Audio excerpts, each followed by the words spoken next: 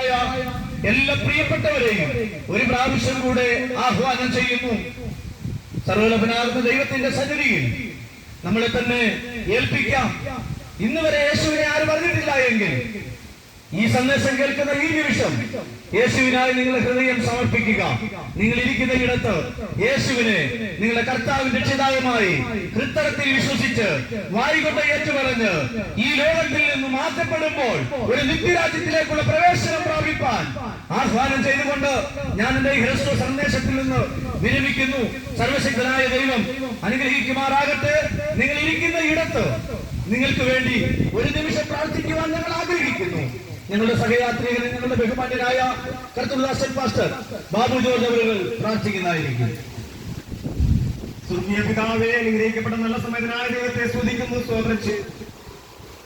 ഉച്ചവിന്റെ സമയത്ത് കർത്താവേ ദേശത്ത് കടന്നു വന്ന കർത്താവിനാമത്തെ ഉയർത്തുവാൻ, ജീവനുള്ള ദൈവത്തെ കുറിച്ച് കർത്താവിനെ മഹത്വപ്പെടുത്തുവാൻ, കർത്താവെ സാക്ഷീകരിപ്പാൻ നല്ല അവസരങ്ങൾക്കായി സ്തോത്രം. ഈ ദേശനിവാസികളെ അവരെ പ്രാർത്ഥിക്കുന്നു.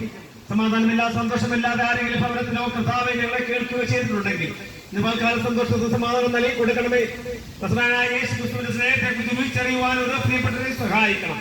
മദ്യത്തിനും മയക്കുമരുന്നിനും കർത്താവ് എഴുതപ്പെട്ട ആരെങ്കിലും ജീവിക്കുന്നവർക്ക് എന്തെങ്കിലും രൂപാന്തരം പ്രാപിച്ച് നിത്യജീവ രോഗിക്കരായി തീരുവാൻ പ്രിയപ്പെട്ടവരെ